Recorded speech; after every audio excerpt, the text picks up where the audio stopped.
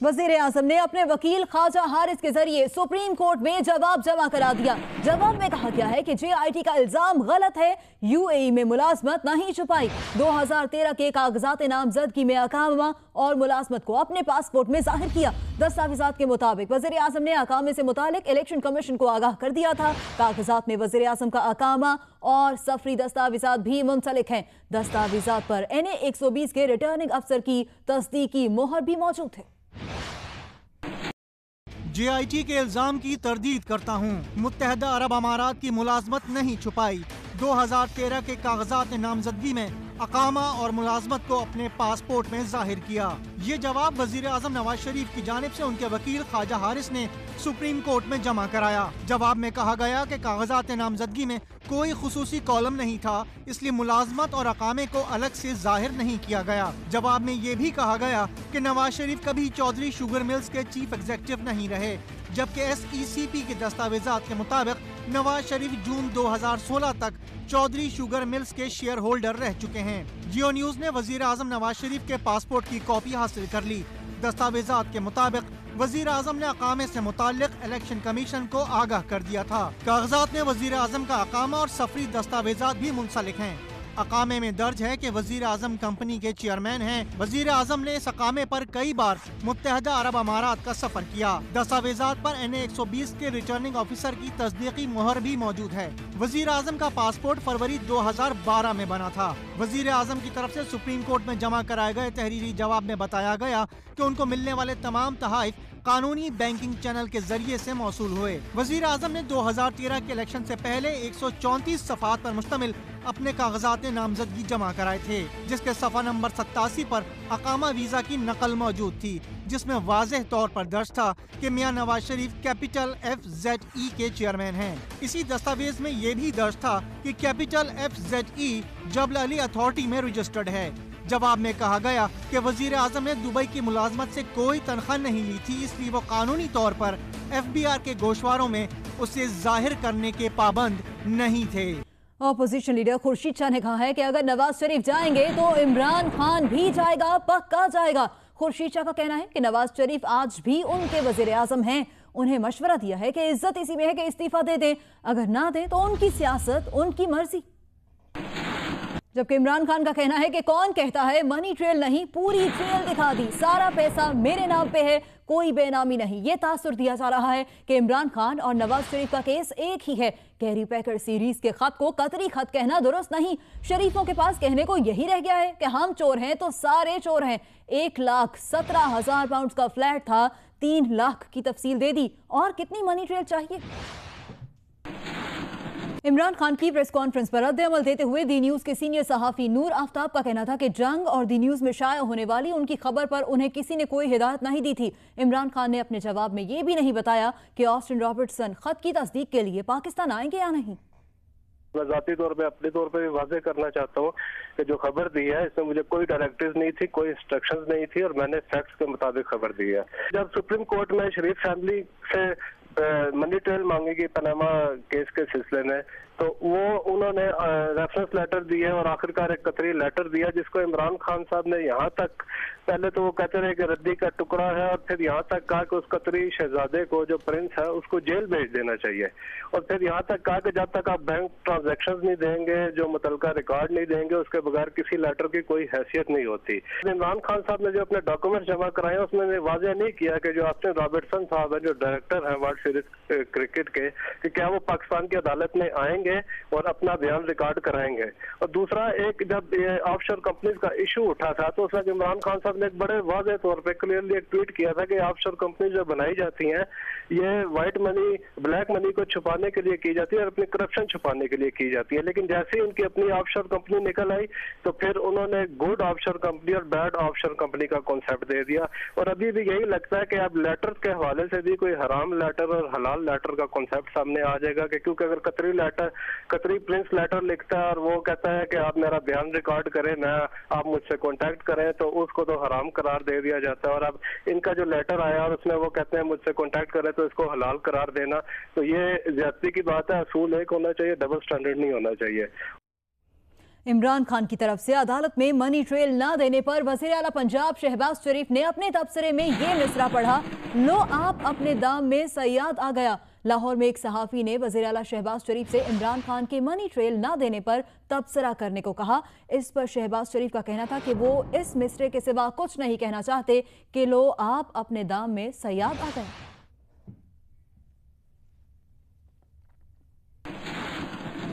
Senior सियासतदान जावेद हाशमी का कहना है कि नवाज शरीफ का पनामा केस का फैसला तो 50-50 है। इमरान खान तो अपने किए पर सियासत से 100% फारिग हो चुके हैं। इमरान को समझाया था किसी के कहने पर धरने ना दो। नवाज शरीफ को कहा था कि अपना सरमाया बाहर से यहां लाकर रखें। इमरान खान ख्वाजा आसिफ पर फट पड़े, कहते हैं ख्वाजा आसिफ चोरी में नवाज शरीफ के साथी हैं। 4 साल से बेशर्मी से बेबुनियाद इल्जामात लगा रहे हैं। ख्वाजा आसिफ को पता है कि उनकी भी बारी आने वाली है। जबकि ख्वाजा आसिफ का कहना था कि अभी तो तलाशी शुरू हुई है। इमरान खान के गले में फंदा तंग हो रहा है। पीटीआई जनूबी पंजाब के 2 रहनुमा इस सूरत हाल से बहुत खुश हैं।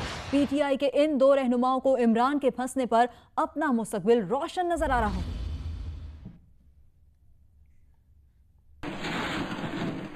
इससे पहले वज़ीर दिफा ख्वाजा आसिफ ने इल्जाम आयद किया कि इमरान खान ने भारतीय और यहूदी ज़राए से चंदे लिए और इनसे मिलने वाले अतियात जाहिर नहीं किए। लंदन में नुमाइंदा जंग सईद नियाजी के मुताबिक 16 अप्रैल 2016 को इमरान खान ने सेंट्रल लंदन में इवेंट मुनक्किद किया था। उसके दावतनामे इमरान खान के दोस्त जुल्फी बुखारी ने भिजवाए थे, जिनका सेंट्रल लंदन में जायदाद का कारोबार है। इस तकरीब में भारतीय स्टील टाइकून लक्ष्मी मित्तल के दामाद अमित भाटिया, पीटर वर्दी, नरभय ललवानी और बरतानवी यहूदी प्रॉपर्टी टाइकून और सरमायाकार रियोबेन ने शिरकत की और अतियात दिए। इस तकरीब के बाद इमरान खान ने बयान दिया था कि वो जुल्फी बुखारी और उनके लंदन में दोस्तों का शुक्रिया अदा करते हैं कि उन्होंने नमल कॉलेज के लिए 1,50,000 पाउंड अतियात दिए। जिन अफराद ने अतियात दिए थे उन्होंने तकरीब में शिरकत और अतियात देने की तस्दीक की। ये बात वाज़े नहीं कि इमरान खान ने ये अतियात पाकिस्तानी हुकाम के सामने जाहिर किए या नहीं। और अब बात कि आज था सबको इंतजार, लेकिन चौधरी निसार हो गए बीमार। अब कल का है सबको इंतजार। वज़ीर दाखिला चौधरी निसार की आज होने वाली प्रेस कॉन्फ्रेंस तबीयत की खराबी की वजह से कल तक के लिए मुलतवी कर दी गई।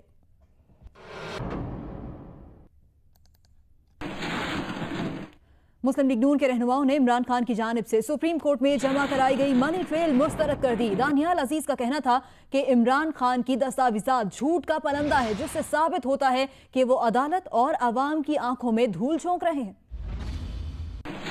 कुछ हैरत अंगेज चीजें सामने आई हैं जो वो भी सारा रिकॉर्ड तोड़ दी। उनसे पूछे कि भाईजान पैसे कहाँ से बनी गला के, वो कहते हैं कैरी पैकर। अगर आप उनसे पूछे ये नमल कहाँ से बने, ये कहते हैं कैरी पैकर। अगर आप उनसे पूछे फ्लैट कहाँ से बने, कहते हैं कैरी पैकर। इन्होंने सिरे से ही कह दिया कि मेरे पास कुछ नहीं है।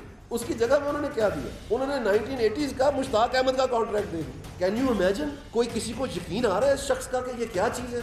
आज ही उन्होंने प्रेस कॉन्फ्रेंस की कि मैंने सारा साफ दे दिया। इमरान खान, एक तो जब तुम झूठ बोलोगे ना तो 100 झूठ आपको उसको कवर करने के लिए बोलने पड़ेंगे। तुम कसम खा के कहो कि तुमने एमनेस्टी के दौरान ये नहीं बताया था पाकिस्तान को अपने दस्तखत के साथ, और टैक्स दिया आपने कि ये 1983 में आपने परचेज की, और उस वक्त तुमने पूरी रकम का टैक्स दिया, और अब तुम कह रहे हो कि नहीं वो मैंने 1984 में लिए। बहुत मजे की बात है। ये एक डॉक्यूमेंट है जो इन्होंने सबूत के तौर पर साथ लगाया। ये कंपनी है ऑस्ट्रेलिया की स्वान स्पोर्ट प्राइवेट लिमिटेड। इसका ABN नंबर जो वहाँ रजिस्ट्रेशन नंबर होता है कंपनी का, वो 3300282550 है। ये जो कंपनी है तस्दीक कर रही है 1977 के वक्फे पे कि हमने इनको ये पैसे दिए। ऑस्ट्रेलिया की जो SECP है, सिक्योरिटीज एक्सचेंज कमीशन, ये कंपनी की रजिस्ट्रेशन हुई 1984 में, यानी 1977 में इस ABN नंबर नाम की कंपनी जो है वो वजूद में ही नहीं थी। आप समझ रहे हैं बरीकियां? ये है इमरान खान। हर चीज में फरेब, हर चीज में झूठ, हर चीज में एंगल, हर चीज को स्पिन, हर चीज को जो है ना तोड़ मरोड़ के पेश करना। दूसरी जानिब मुस्लिम विकाफ के सीनियर रहनुमा चौधरी परवेज इलाही ने कहा है कि शहबाज शरीफ की करप्शन पर JIT बनी तो लोग पनामा और अकामा को भूल जाएंगे। शमसी तवानाई, सस्ती रोटी, लैपटॉप, जंगला बस और दानिश स्कूल के मंसूबे करप्शन से भरे हैं। आशियाना स्कीम में 10 अरब रुपए की बदउनवानी की गई।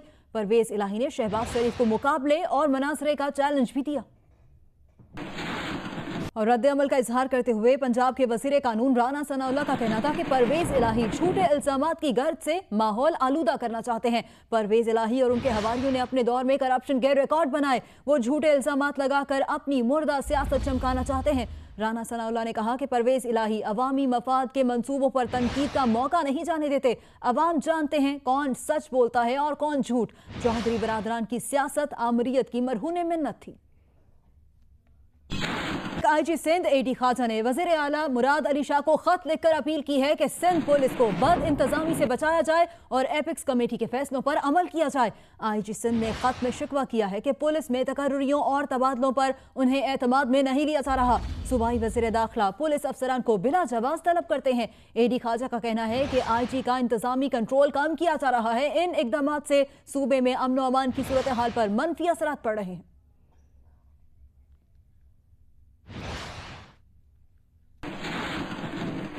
उधर पेशावर में तलाशी के दौरान एक गाड़ी से लाखों रुपए मालियत की आइस ड्रग बरामद कर ली गई। मुनशियात गाड़ी के खुफिया खानों में छुपाई गई थी।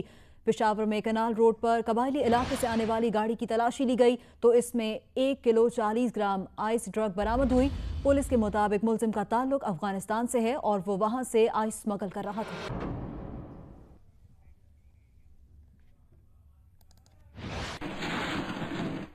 लाहौर में टीपू ट्रक्का वाला के बेटे बालाज की रिहाई पर साथियों ने कानून की धज्जियां उड़ा दी। क्लाशनकोव से गोलियां बरसाईं। हवाई फायरिंग से शहरी खौफजदा होकर घरों में दबक गए।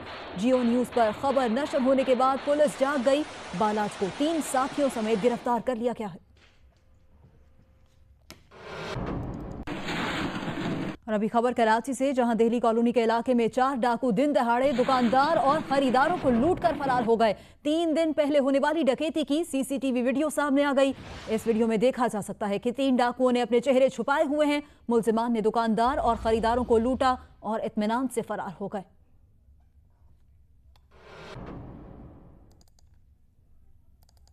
मीरपुर खास और गिरदोनवाह में 3 दिन पहले बारिश क्या हुई। बिजली का निजाम अब तक बरहम बरहम है। कहीं खंबे गिरे हुए हैं तो कहीं बिजली की तारें सड़कों पर पड़ी हैं। एक खंबा घर पर गिरने से खातून जान बहक हो गई। कई इलाकों में हवा में झूलते पीएमटी को शहरियों ने जंजीर से बांधकर रोक दिया है। हालिया बारिश ने हैस्को की कारकर्दगी का पोल खोल कर रख दिया है। हाई टेंशन लाइन के खंभे तिनके साबित हुए।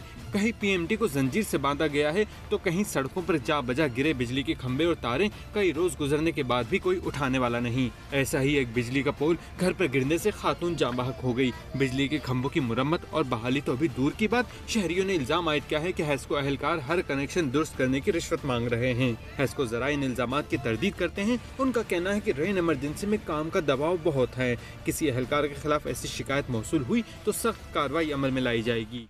और अब बात के शेर पंजाब का टाइटल गुजरांवाला के अदनान पहलवान टायरावाला ने जीत लिया। एजाज के लिए होने वाली कुश्ती में लाहौर के तारी पहलवान मात खा गए। शेर पंजाब दंगल में 20 छोटे बड़े मुकाबले भी हुए और इस मौके पर गुलकारों ने भी समा बांध दिया।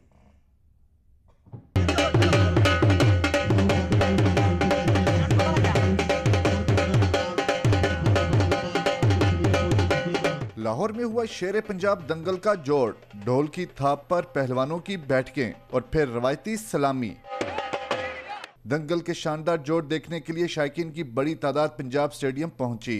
मुकाबले में कमसिन पहलवानों ने भी खूब दावपेच दिखाए। दंगल के दौरान रवायत से हटकर मौसीकी का भी एहतमाम किया गया। साबिक पहलवानों ने भी रक्स करके खूब समा बांधा।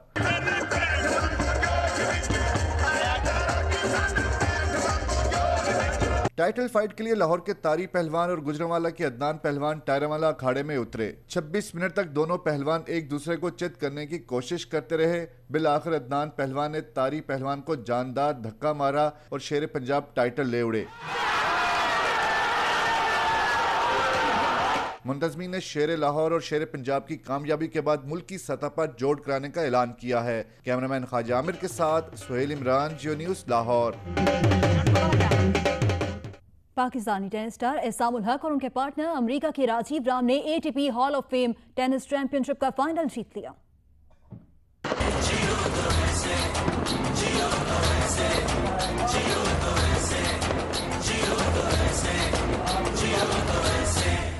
न्यूपोर्ट में खेले जाने वाले इवेंट में पाक अमेरिकन जोड़ी टॉप सीडेड थी। चैंपियनशिप के फाइनल में एहसान और राजीव का मुकाबला हुआ ऑस्ट्रेलिया के मैट रेड और जॉन स्मिथ से। 75 मिनट तक जारी रहने वाले फाइनल में दिलचस्प मुकाबला हुआ जिसमें एहसान और राजीव की जोड़ी ने 6-4, 4-6 और 10-7 से कामयाबी हासिल की और hall of fame tennis title अपने नाम कर लिया।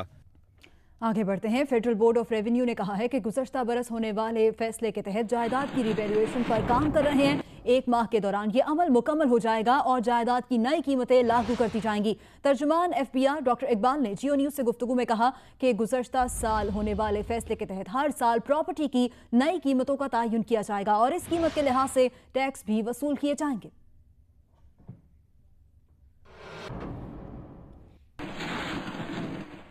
खैबर पख्तूनख्वा के मेडिकल कॉलेजेस में दाखिले के लिए सूबे के 4 अजला में एंट्री टेस्ट हुए। 33,000 से ज्यादा तलबा ने टेस्ट में हिस्सा लिया। पेशावर में होने वाले एंट्री टेस्ट में तलबा ने सहूलियात की कमी का शिकवा करते हुए मुतालबा किया कि टेस्ट के लिए मराकिज की तादाद में इजाफा किया जाए। इससे दूर दराज इलाकों से आने वाले तलबा को परेशानी नहीं होगी। पेशावर के अलावा एबटाबाद, स्वात और डेरा इस्माइल खान में भी एंट्री टेस्ट का इनेकाद किया गया। सिक्योरिटी फोर्सेस ने खैबर एजेंसी की वादिया राजगढ़ में दहशतगर्दों की 2 कमीनगाहें तबाह कर दी। स्पनकई टॉप और 2 बड़े पहाड़ी दर्रे भी क्लियर कर लिए गए हैं। ISPR के मुताबिक अफगानिस्तान से पाकिस्तान दाखिल होने वाले दर्रों सप्राई पास और सतार कले पर पाक फौज ने अपनी अमलदारी कायम कर ली है। आर्मी एविएशन और आर्टिलरी के जरिए दहशतगर्दों की कमीनगाहों को निशाना बनाया जा रहा है। ऑपरेशन खैबर 4 प्लान के मुताबिक जारी है। IGFC के KP मेजर जनरल शाहीन कहते हैं कि दहशतगर्द इलाका छोड़कर भाग रहे हैं।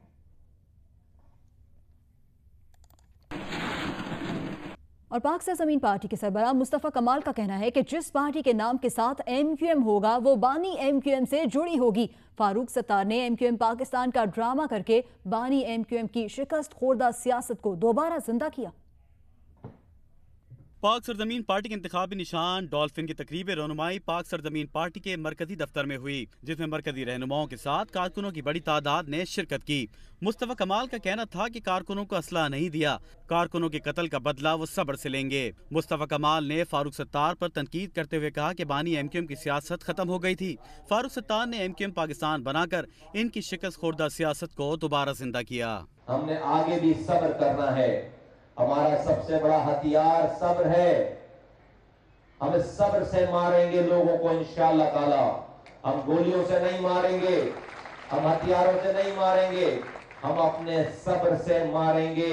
तकरीब से सदर PSP अनीस काइम खानी ने खिताब करते हुए कहा कि हमें 2 लोगों की पार्टी कहने वालों का बाब बंद हो गया। डॉल्फिन का इंतखाबी निशान पाक सरजमीन पार्टी के कारकुनान के लिए अल्लाह का तोहफा है। अवाम डॉल्फिन पर मोहर लगाकर पाकिस्तान को मजबूत और मुस्तहकम बनाएंगे। तकरीब से senior vice chairman Anees advocate ने खिताब करते हुए कहा कि महाजिर कौम देख ले, एक रिश्तेदार पकड़ा गया तो खामोशी और सन्नाटा तारी है। आम कारकुन पकड़ा जाता तो लंबी लंबी तकरीरें होती ताकि इसकी लाश मिले। तकरीर से डॉक्टर सगीर अहमद ने भी खिताब किया। पंजाब एड्स कंट्रोल प्रोग्राम के तहत हाई रिस्क इलाकों में HIV स्क्रीनिंग के दौरान कई खौफनाक इंकशाफात सामने आए हैं। नशे के लिए इस्तेमाल शुदा सिरिंजें दोबारा इस्तेमाल करने वाले अफराद HIV के हवाले से पहले नंबर पर हैं। ख्वाजा सरा दूसरे और ट्रक ड्राइवर्स तीसरे नंबर पर हैं। लाहौर से रिपोर्ट कर रही हैं उम्मे फरफा। पंजाब एड्स कंट्रोल प्रोग्राम ने हाई रिस्क आबादियों में की स्क्रीनिंग। इनमें ट्रक ड्राइवर्स भी शामिल थे। ख्वाजा सराबी, कैदी, नशई और अकासाए भी। स्क्रीनिंग के दौरान इंकशाफ हुआ कि इस्तेमाल शुदा सिरिंजें दोबारा इस्तेमाल करने वाले 8% अफराद, ख्वाजा सरा 4.85% और ट्रक ड्राइवर्स 1% एड्स का शिकार हैं। Director Punjab AIDS control programme ने बताया कि 18.92% ट्रक ड्राइवर्स हेपेटाइटिस C में भी मुब्तला पाए गए। पंजाब में 70,000 वेरी हाई रिस्क पॉपुलेशन, जिसके अंदर एड्स बाकी पॉपुलेशन से कहीं ज़्यादा होता है, हमने उसको स्क्रीन किया जो मुख्तलिफ़ तबकों से ताल्लुक़ रखते थे और इसके अंदर 1980 के करीब यानी कमोबेश 2000 लोग HIV पॉजिटिव पाए गए। जो HIV पॉजिटिव है वो उन लोगों में है जो इंजेक्शंस के ज़रिए नशा करते हैं या नीडल सिरिंज शेयर करते हैं। तिब्बी माहिरीन कहते हैं कि HIV एड्स में मुब्तला अफराद के साथ साथ उनकी फैमिलीज की काउंसलिंग भी की जाती है, क्योंकि ऐसे अफराद को रिश्तेदार और अजीज़ो अकारब छोड़ जाते हैं। इंसान का जो लाइफ प्रोग्नोसिस है वो बिल्कुल एक नॉर्मल इंसान के साथ है। लाइक अगर वो टाइम से अपनी एंटीरिट्रोवायरल मेडिसिन स्टार्ट कर देता है, मेडिसिन के साथ एडहेरेंस और कंप्लाइंस शो करता है, so he can live like a normal person. Punjab AIDS control programme हुकाम का कहना है कि सूबे में एड्स से बचाव के लिए 12 मराकज़ कायम हैं, जहाँ अद्वियात के साथ साथ वैक्सीन भी दी जाती है। कैमरामैन खालिद खान के साथ उम्मे फरवा, जियो न्यूज़, लाहौर। नौशहरा में रकम के लेन देन के तनाज़े पर झगड़े में सदारती अवार्ड याफ्ता पश्तो गुलकारा जरसांगा समेत 7 अफराद जख्मी हो गए। पुलिस के मुताबिक जरसांगा के बेटे शहजादा और खैरुल बशर के दरमियान रकम के लेन देन का तनाज़ा था। शब्बीरू और खालिद अपने 2 साथियों के साथ रकम लेने जरसांगा के घर आए, जहां झगड़ा हुआ और जरसांगा समेत 7 अफराद जख्मी हो गए। फरीकैन ने एक दूसरे पर हमला करने का इल्जाम लगाया है। पुलिस ने 6 मुल्जिमान को गिरफ्तार कर लिया, जिन्हें अदालत ने शख्सी जमानत पर रिहा कर दिया। जरसांगा और उसके 3 बेटे नौशहरा अस्पताल में ज़ेरे इलाज हैं।